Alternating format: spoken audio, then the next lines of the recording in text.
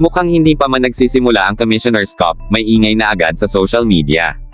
Sunod-sunod ang reaksyon. May umaasa, pero mas marami ang nagtataka.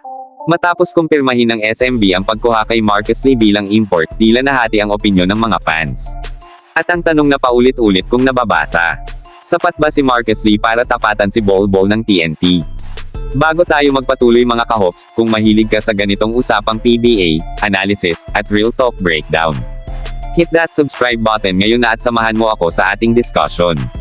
Kung babasahin mo ang comment section ngayon, ramdam mo agad ang emosyon. Hindi ito simpleng, welcome to the team. May halong duda, may halong pangamba. May mga fans na nag-background check, nanood ng highlights sa NBL at G League. At ang verdict ng ilan, parang hindi siya dominant import. Role player vibes lang. Sa Commissioner's Cup kasi, iba ang expectation. Import laban sa import ang madalas na nagdedesisyon ng laro lalo na sa crunch time. Kapag dikita na, sino ang sasalo? Sino ang kayang mag-takeover? Doon pumapasok ang comparison kay Bol Bol. Sa papel, logical ang move ng SMB. Si Marcus Lee ay 6'11 na center, 31 years old. Sa NBL, nag-average siya ng around 7 points, 6 rebounds, at halos 2 blocks per game, sa limitadong minuto. Hindi siya high-usage player doon. Pero productive siya sa oras na binibigay. Defensive specialist, ring protector, marunong magbasa ng galaw, hindi agad nagpa-foul, disiplinado sa loob.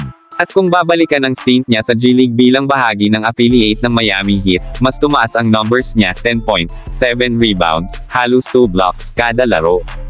Ibig sabihin, kapag mas malaki ang role, kaya niyang mag-step up. Pero eto ang punto ng mga kritiko. Depensa lang ba sapat na?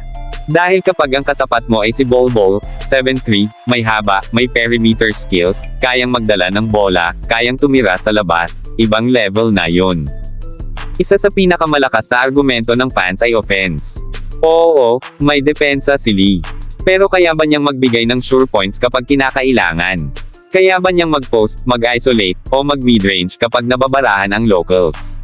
Sa isang torneo kung saan madalas inaasahan ang import sa crunch time, malaking tanong yan. At paano kung mag-foul trouble si Junmar? Sino ang aasahan sa loob?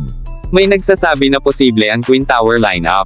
Pero kung limitado ang offensive arsenal ni Lee, baka mahirapan ang SMB sa mga close games kung saan bawat possession mahalaga. Hindi rin maiwasan ang what if.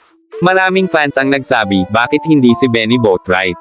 Kilala bilang scoring forward. May outside shooting. Kayang maglaro sa loob at labas. Stretch big na swak sa modernong sistema.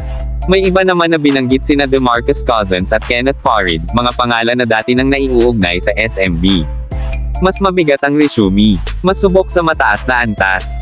Kahit may risk, para sa ilan, mas worth it daw ang gamble sa mas kilalang bituin. Pero eto rin ang kabilang side. Hindi lahat ng import kailangang mag-average ng 25 points para maging epektibo. Pwedeng ang plano ng SMB ay hindi makipag-scoring duel kay Bol Bol, kundi pababain ang efficiency nito. Pagurin sa depensa. Gawing mahirap ang bawat tira. Kontrolin ang pintura. Bigyan ng defensive anchor ang sistema. Minsan, ang tunay na adjustment hindi flashy, strategic. At tandaan natin, basketball is still a team game.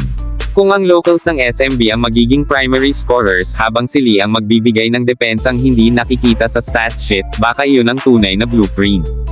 Ang tanong ngayon, magwo-work ba? Sa papel, may risk. Sa actual games, doon pa lang natin malalaman ang totoo. Kaya ngayon, gusto kong marinig kayo. Pabor ba kayo sa pagkuha kay Marcus Lee? O mas gusto nyo sana ang mas high-scoring na import? Sa tingin nyo, kaya ba niyang limitahan si Bol Bol kapag nagharap ang SMB at TNT? Comment down below. Usap tayo.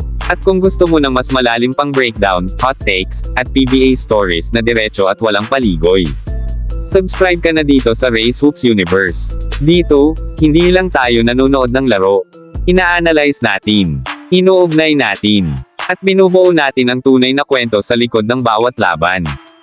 Hanggang sa susunod na usapang hoops.